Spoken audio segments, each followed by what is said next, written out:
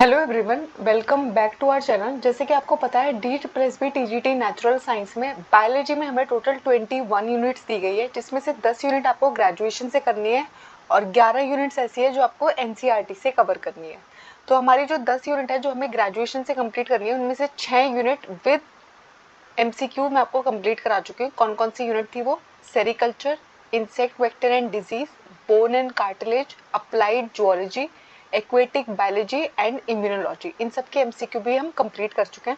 उसके अलावा केमिस्ट्री में जो एक यूनिट है मैन मेड मटेरियल, उसको मैंने आपको कंप्लीट करा दिया है। उसके MCQ भी मैंने आपको कंप्लीट करा दिए हैं। सोर्सेज ऑफ एनर्जी जो हमारी फिजिक्स की यूनिट है, उसके MCQ भी मैंने आपको कंप्लीट करा दिया, वो यूनिट भी मैंने आपको कंप्लीट करा दिया। उसके बाद नेक्स्ट टॉपिक हमारा है आवर इन्वायरमेंट।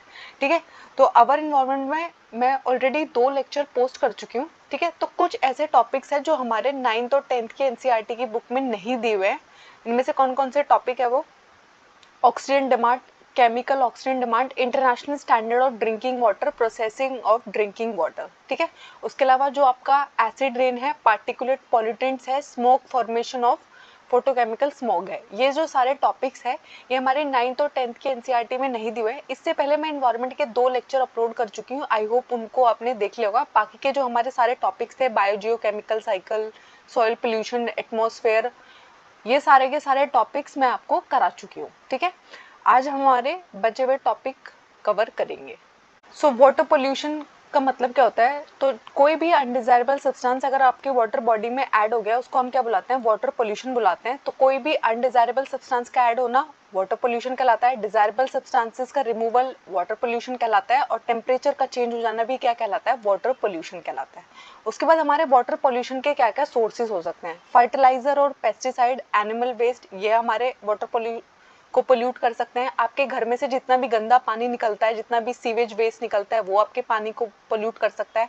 आपके जितने भी synthetic detergent, plastic, rubber industries है, यहाँ से जो वेस्ट निकलता है वो आपके पानी को पोल्यूट कर सकता है। जितने भी acid, alkali, coal and petroleum, dye, ये जो इंडस्ट्रीज है, यहाँ से जो पानी निकलता है वो भी आपके वाटर बॉडीज को पोल्यूट करता है। उसके अलावा आपके जो क्लोरीन, बीच, फ्लोराइड, टैनरीज वेस्ट है, इंडस्ट्रीज से निकलने वाला जो सारा का सारा वेस्ट होता है, वो भी हमारी वाटर बॉडीज को पोल्यूट करता है। उसके अलावा आप जब फॉसिल फ्यूल्स को बर्न करते हो तो बहुत सारे ऐश निकलती है, हाइड्रोकार्बन रिलीज होते हैं, सस्पेंडेड पार्टिकल रिलीज होते हैं, जो क्या करते हैं? एसिड रेन का कारण भी बनते हैं। वो भी आपके वाटर बॉडीज को पोल्यूट करते हैं, क्योंकि जब एसिड रेन होगी तो सारा का सारा पानी आके कहाँ गिरेगा? आपके वाटर बॉडीज में गिरेगा, या फिर ग्राउंड वाटर में सीप इन होगा। तो उससे क्या होगा? आपका पानी जो है, वाटर जो है, वो पोल्यूट हो जाता है। उसके अलावा आपके जो न्यूक्लियर पावर प्लांट्स है, उनसे आपका जो वेस्ट निकलता है वो भी आपके वाटर बॉडी को पोल्यूट करता है। जब ऑयल गल्फ कंट्रीज से दूसरी दूसरी कंट्रीज में जा रहा होता है, अगर वो एक्सीडेंटली स्पिल हो जाता है तो वो आपके ओशन वाटर को पोल्यूट करता है। उसके अलावा आपका जो रेडियो एक्टिव वेस्ट होता है, हमारे जो न्यूक्लियर वेस्ट होते हैं, उन सबको हम क्या करते हैं? अपने ओशंस में, बहुत ज़्यादा ओशंस में गहराई में जाके उसको दबा देते हैं। लेकिन आपको पता है वो रेडिएशन तो रिलीज करता ही है ना, तो वहाँ पर जब वो रेडिएशन रिलीज कर रहा है, वहाँ के जो फ्लोरा एंड फौना है उसको वो प्रॉब्लम क्रिएट कर रहा है। तो क्या हो रहा है? हमारा वाटर पोल्यूट हो रहा है। उसके अलावा जितने भी बैक्टीरिया है, जितने भी वायरसेस है, फंजाई है, जो आपके पानी के अंदर रह रहे होते हैं, पैथोजेंस जिनको हम बुलाते हैं, तो वो भी क्या करते हैं? वाटर पोल्यूशन का एक कारण होता है। और उसके बाद हमारा जितना भी ऑर्गेनिक वेस्ट है जो वाटर बॉडीज के अंदर प्रेजेंट है, वो भी क्या किसका कारण है? हमारे वाटर पोल्यूशन का कारण है। तो आपको है ना, ये डिफरेंट डिफरेंट सोर्सेज देके पूछा जा सकता है कि इनमें से कौन कौन से वाटर पोल्यूशन के कॉज है। तो ये सब हमारे वाटर पोल्यूशन का कारण होते हैं। उसके बाद है ना, जब आपका साफ पानी होता है, ठंडा पानी होता है, उसके अंदर है ना डिजोल्व ऑक्सीजन जो होता है, उसकी कॉन्सेंट्रेशन क्या हो सकती है? 10 ppm हो सकती है। ppm का फुल फॉर्म होता है पार्ट्स पर मिलियन। आपको पता है जो हमारा पानी होता है, हमारी जो एक्वेटिक लाइफ होती है, हमारे पानी के अंदर जितने भी फ्लोरा एंड फौना रह रहे होते हैं, वो सब किसका इस्तेमाल करते हैं? पानी के अंदर जो ऑक्सीजन डिजोल्व रहती है उसका इस्तेमाल करते हैं। जब भी हमारे पानी के अंदर डिजोल्व ऑक्सीजन की कॉन्सेंट्रेशन कम होती है तो हमारी जो फ्लोरा एंड फौना है उसकी लाइफ इफेक्ट होने लग जाती है। तो ऑक्सीजन जो है वो एक्वेटिक लाइफ के लिए बहुत ज़्यादा इंपॉर्टेंट होता है। ठीक है, इसलिए आपने देखा होगा जब भी कभी हमारा जो वाटर बॉडी के अंदर पानी है, उसके अंदर अगर ऑक्सीजन जो है उसकी कॉन्सेंट्रेशन अगर 6 ppm से कम हो जाती है, जो आपकी फिश है उसकी ग्रोथ अच्छे से नहीं हो पाती है। ठीक है,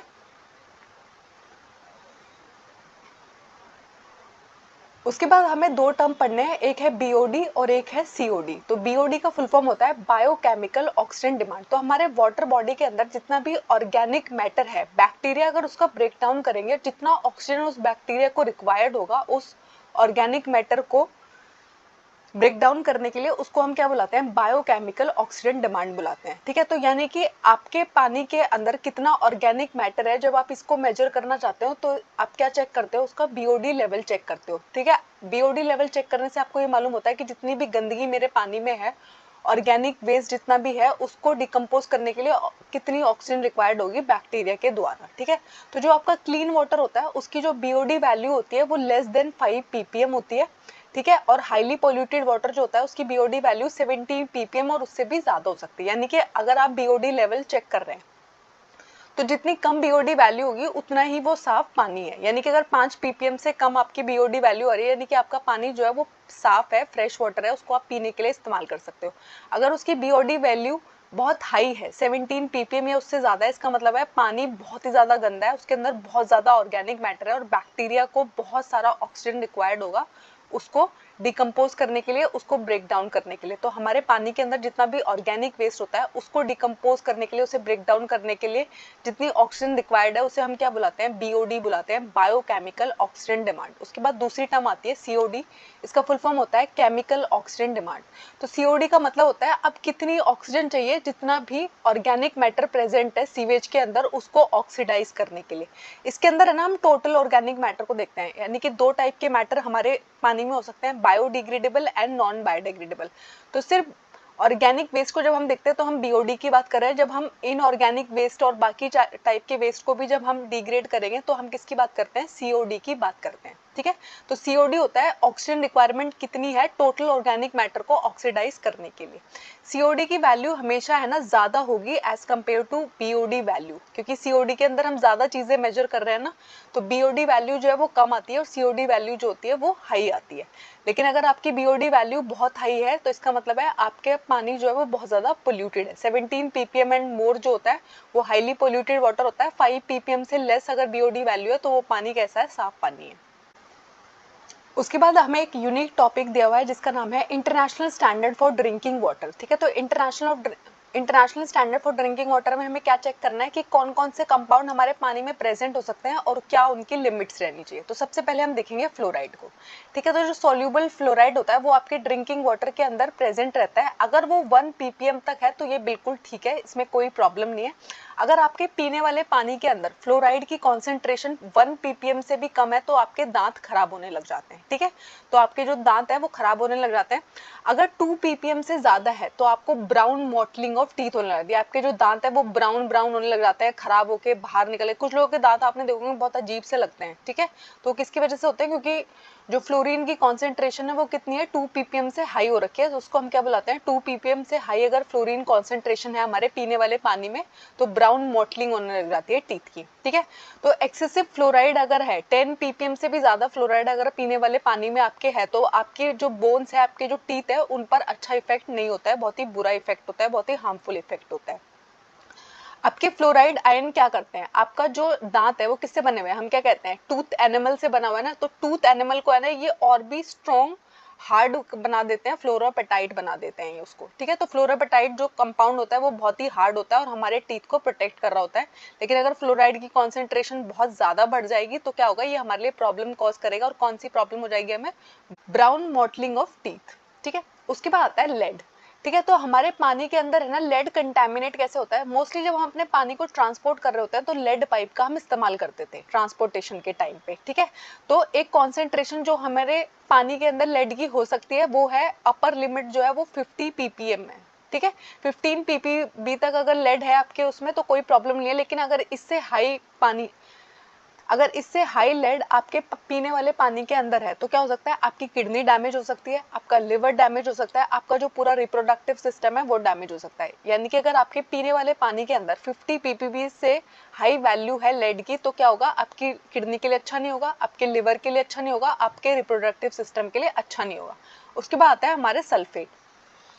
तो सल्फेट की कॉन्सेंट्रेशन जो है वो हमारे पानी के अंदर हो सकती है, प्रेजेंट हो सकती है, लेकिन अगर 500 ppm से ज्यादा आपके पानी के अंदर सल्फेट प्रेजेंट हो गया, आपके पीने वाले पानी के अंदर अगर सल्फेट का कॉन्सेंट्रेशन 500 ppm को क्रॉस कर रहा है तो आपको क्या प्रॉब्लम हो जाएगी, लेग्जिटिव इफेक्ट आने लग जाता है। ठीक है, मॉडरेट लेवल पे अगर ये है तो कोई दिक्कत नहीं होगी, आपको कोई प्रॉब्लम नहीं आती है।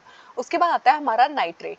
ठीक है, तो नाइट्रेट हमारे पीने वाले पानी में कितना हो सकता है, 50 ppm तक हो सकता है, कोई दिक्कत नहीं आ सकती है। अगर इससे ज्यादा बढ़ रहा है, 50 ppm से ज्यादा आपके पानी के अंदर नाइट्रेट प्रेजेंट है तो आपको ब्लू बेबी सिंड्रोम नाम की बीमारी होने लग जाती है। जैसे तो ब्लू बेबी सिंड्रोम आपको किसकी वजह से होता है, नाइट्रेट। आप देखते हैं यहाँ से कौन सा क्वेश्चन पूछा जाता है। तो आपको है ना, अगर आपके पानी में 50 ppm से ज्यादा कॉन्सेंट्रेशन है तो कौन सी बीमारी होगी, ब्लू बेबी सिंड्रोम होगी, ये क्वेश्चन पूछा जाता है। लेग्जिटिव इफेक्ट किसकी वजह से आता है, सल्फेट की हाई कॉन्सेंट्रेशन की वजह से आता है। आपके लिवर और किडनी किसकी वजह से डैमेज हो सकता है, high concentration of lead. Brown mottling of teeth किसकी वजह से होती है, फ्लोराइड की वजह से।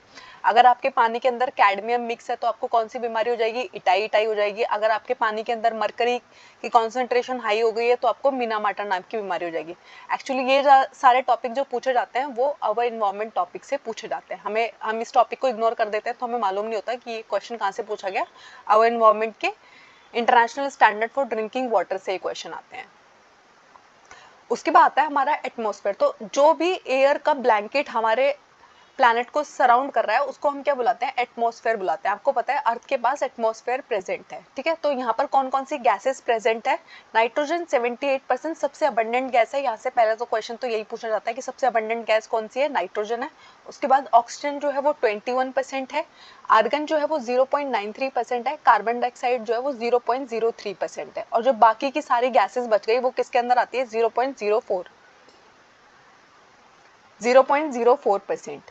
ठीक है, उसके बाद है ना हमारे एटमॉस्फेयर में डिफरेंट 5 लेयर्स प्रेजेंट होती है। ठीक है, तो सबसे नीचे से अगर हम स्टार्ट करेंगे, अगर आप जमीन पर रह रहे हैं और जमीन से लेके 13 किलोमीटर ऊपर की हाइट की आप बात कर रहे हैं तो आप कौन सी लेयर में, ट्रोपोस्फेयर लेयर के अंदर आप प्रेजेंट है। आपकी जो वेदर फॉर्मेशन हो रही है, आपके क्लाउड्स बन रहे हैं, रेन हो रहे हैं, ये सारे के सारे जो फॉर्मेशन हो रहे हैं, वेदर फॉर्मेशन हो रहे हैं, वो हमारे ट्रोपोस्फेयर के अंदर हो रहे होते हैं। जो सांस लेने के लिए हवा का हम इस्तेमाल करते हैं वो भी कहाँ प्रेजेंट होती है, हमारे ट्रोपोस्फेयर में प्रेजेंट होती है। उसके बाद आता है हमारा स्ट्रेटोस्फेयर। अगर आप जमीन से लेकर 50 किलोमीटर तक की हाइट तक पहुंच चुके हैं तो आप कौन सी लेयर में है, स्ट्रेटोस्फेयर लेयर में।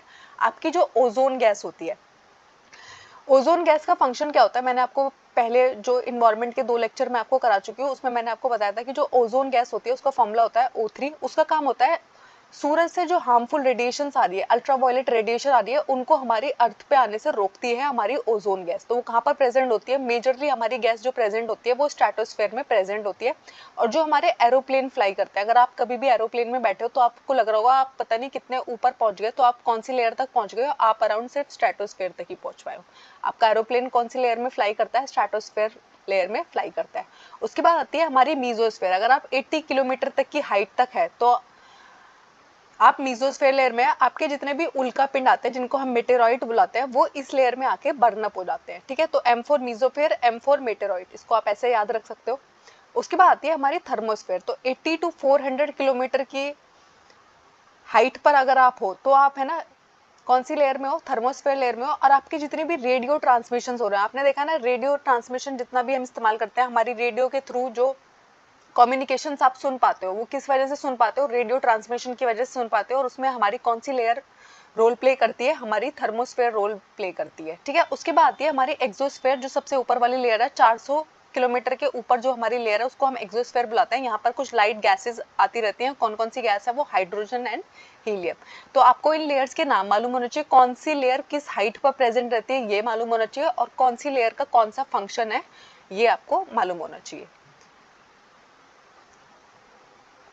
उसके बाद है ना आपके ट्रोपोस्फेयर में भी बहुत सारे अनडिजायरेबल सॉलिड और गैसेस पार्टिकल घूमते हैं जो क्या करते हैं, ट्रोपोस्फेयर पोल्यूशन करते हैं। ठीक है, तो 2 टाइप के पॉल्यूटेंट्स वहां पर हो सकते हैं, एक होता है गैसियस एयर पॉल्यूटेंट और एक होता है पार्टिकुलेट पॉल्यूटेंट्स। तो गैसियस एयर पॉल्यूटेंट का मतलब होता है जो भी आप फॉसिल फ्यूल बर्न कर रहे हो तो वहां से जो भी ऑक्साइड रिलीज हो रहा है, सल्फर का ऑक्साइड रिलीज हो रहा है, nitrogen, carbon, hydrogen sulphide, hydrocarbons, ये सब कुछ जो ऑक्सीडेंट रिलीज हो रहे हैं ये क्या है, हमारे गैसेस एयर पॉल्यूटेंट के अंदर आते हैं। उसके बाद हमारे पार्टिकुलेट पॉल्यूटेंट्स के अंदर कौन कौन आता है, डस्ट, मिस्ट, फ्यूम, स्मोक, ये सब हमारे किस तरीके के पॉल्यूटेंट्स हैं, पार्टिकुलेट पॉल्यूटेंट्स है। ये पार्टिकुलेट पॉल्यूटेंट्स का जो टॉपिक है वो आपके सिलेबस में दिया हुआ है, इसको अभी हम कवर करेंगे। तो पार्टिकुलेट पॉल्यूटेंट्स के अंदर क्या आते हैं, माइन्यूट सॉलिड पार्टिकल्स आते हैं, लिक्विड ड्रॉपलेट जो आपकी एयर में प्रेजेंट है, व्हीकल से निकलने वाला जो एमिशंस है, धुएं से निकलने वाले जो पार्टिकल्स है, फायर से निकलने वाले जो पार्टिकल है, डस्ट जो पार्टिकल्स है, एशेस जो निकल रही है हमारी इंडस्ट्री से, वो सब क्या है, पार्टिकुलेट पॉल्यूशन में कंट्रीब्यूट करते हैं। तो कौन कौन आते हैं इसके अंदर, सबसे पहले आते हैं हमारे स्मोक पार्टिकल, जितना भी स्मोक निकल रहा है, ठीक है, जिसमें सॉलिड भी प्रेजेंट होता है, लिक्विड भी प्रेजेंट होता है, जो है ना किसकी वजह से रिलीज होता है, कंबस्शन। आप अगर ऑर्गेनिक मैटर को जला रहे हो, कंबस्ट कर रहे हो, तो उसकी वजह से आपको क्या रिलीज होगा, बहुत सारा स्मोक रिलीज होगा, ठीक है। तो इसके एग्जाम्पल कौन है, अगर आप सिगरेट का जो धुआं होता है वो इसके अंदर आता है, आपके जो फॉसिल फ्यूल बर्न हो रहा है उससे जो धुआं निकल रहा है वो इसके अंदर आता है, अगर आपने सूखी पत्तियों को जला दिया, अगर आपने कूड़े को जला दिया, अगर आपने तेल को जला दिया, इन सब की वजह से जो धुआं निकल रहा है उसको हम क्या बुलाते हैं, स्मोक पार्टिकल्स बुलाते हैं, ठीक है। उसके बाद आती है हमारी डस्ट, ठीक है। तो बहुत ही सॉलिड फाइन पार्टिकल्स जो होते हैं, जो किस टाइम पे निकलता है, अगर आप बहुत सारी क्रशिंग ग्राइंडिंग कर रहे हैं, आप है ना सीमेंट बनाने के लिए आपको पता है ना बड़े बड़े पत्थरों को आपको पीसना पड़ता है, बहुत सारे कोयले को जब आप पीस रहे होते हैं, बहुत सारे डस्ट, ठीक है, बहुत सारी इंडस्ट्रीज के अंदर, सीमेंट इंडस्ट्री के अंदर जो फ्लाई ऐश निकल रहा है, फैक्ट्रीज से जो डस्ट निकल रहा है, डस्ट स्टॉर्म्स जब आ रहे हैं, तो ये सब किस में कंट्रीब्यूट करते हैं, हमारे डस्ट पार्टिकल्स में कंट्रीब्यूट करते हैं, और ये क्या कहलाते हैं, पार्टिकुलेट पॉल्यूशन कहलाते हैं। उसके बाद आती है हमारी मिस्ट, ठीक है। तो बहुत सारे लिक्विड को जब हम स्प्रे करते हैं और वो जब वेपर्स की फॉर्म में कंडेंस हो जाते हैं, तो वो क्या बनाते हैं, पार्टिकुलेट पॉल्यूशन में कंट्रीब्यूट करते हैं। तो इसके अंदर कौन आता है, अगर आपने सल्फ्यूरिक एसिड को कहीं पे मिस्ट किया है, अगर आपने है ना अपने प्लांट्स को बचाने के लिए उनके ऊपर हर्बिसाइड स्प्रे किया है, इंसेक्टिसाइड स्प्रे किया है, ठीक है, तो अगर वो एयर में ट्रैवल कर रहे हैं तो वो किसका फॉर्म है, पार्टिकुलेट पॉल्यूशन का फॉर्म है। उसके बाद है ना फ्यूम्स जितने निकल रहे होते हैं, तो बहुत सारी हमारी ऐसी इंडस्ट्री होती है जहाँ से बहुत सारी फ्यूम्स निकल रही होती है, जैसे सब्लिमेशन का प्रोसेस जहाँ पे हो रहा होगा, डिस्टिलेशन का प्रोसेस जहाँ पे हो रहा होगा। आपको पता है ना हमारी जो अल्कोहल इंडस्ट्री है वहाँ पे डिस्टिलेशन हो रहा होता है, आपकी जो परफ्यूम इंडस्ट्री है वहाँ पर ये सब्लिमेशन के प्रोसेस हो रहे होते हैं, आपकी जो पेट्रोलियम इंडस्ट्री है वहाँ पर बहुत सारी फ्यूम्स निकल रही होती है, ऑर्गेनिक सॉल्वेंट्स जहाँ पर बन रहे हैं, मेटालिक ऑक्साइड जहाँ पर बन रहे हैं, तो वहाँ से जो जितनी भी फ्यूम्स निकलती है वो सब किस में कंट्रीब्यूट करती है, हमारे पार्टिकुलेट पोल्यूशन में कंट्रीब्यूट करती है, ठीक है। उसके बाद जो लेड है वो भी हमारा मेजर पॉल्यूटेंट है, जो कहाँ से निकलता है, आपके जो व्हीकल्स है, जब अपने व्हीकल्स को चला रहे हो तो उसके अंदर है ना लेडेड पेट्रोल डाला होता है, तो लेडेड पेट्रोल क्या करता है, लेड को एमिट कर देता है इन्वायरमेंट के अंदर, और वो किस तरीके से कंट्रीब्यूट करता है, पोल्यूशन कंट्रीब्यूट करता है, ठीक है। लेड जो है वो आपकी जो रेड ब्लड सेल्स है उसके मैच्योरेशन में भी इंटरफेयर करता है, ठीक है। तो आजकल हम इस प्रॉब्लम को सॉल्व करने के लिए क्या करते हैं, अनलीडेड पेट्रोल का इस्तेमाल करते हैं, अनलीडेड पेट्रोल का इस्तेमाल करते हैं, तो हमारा जो इन्वायरमेंट है वो इतना पॉल्यूट नहीं होता है। पार्टिकुलेट पॉल्यूशन के बाद जो टॉपिक हमें पढ़ना है वो है एसिड रेन। तो एसिड रेन हम किसको बुला रहे होते हैं, तो आपको पता है जब हमारे सल्फर के ऑक्साइड, नाइट्रोजन के ऑक्साइड ऊपर जा रहे हैं और वो पानी के साथ कंडेंस होकर नीचे गिरते हैं, बारिश की फॉर्म में नीचे करते हैं, तो उनका जो पीएच होता है वो कितना होता है, बिलो 5.6 होता है, और ऐसी रेन को हम क्या बुलाते हैं, एसिड रेन बुलाते हैं, ठीक है। तो बहुत सारे ह्यूमन एक्टिविटीज की वजह से बहुत सारे ऑक्साइड जब ऊपर जा रहे हैं, ठीक है, और वो जब बारिश की फॉर्म में नीचे गिर रहे हैं, तो उसको हम क्या बुलाते हैं, एसिड रेन बुलाते हैं। एसिड रेन को आप डिफाइन कैसे करते हो, जब पीएच कितना हो, 5.6 से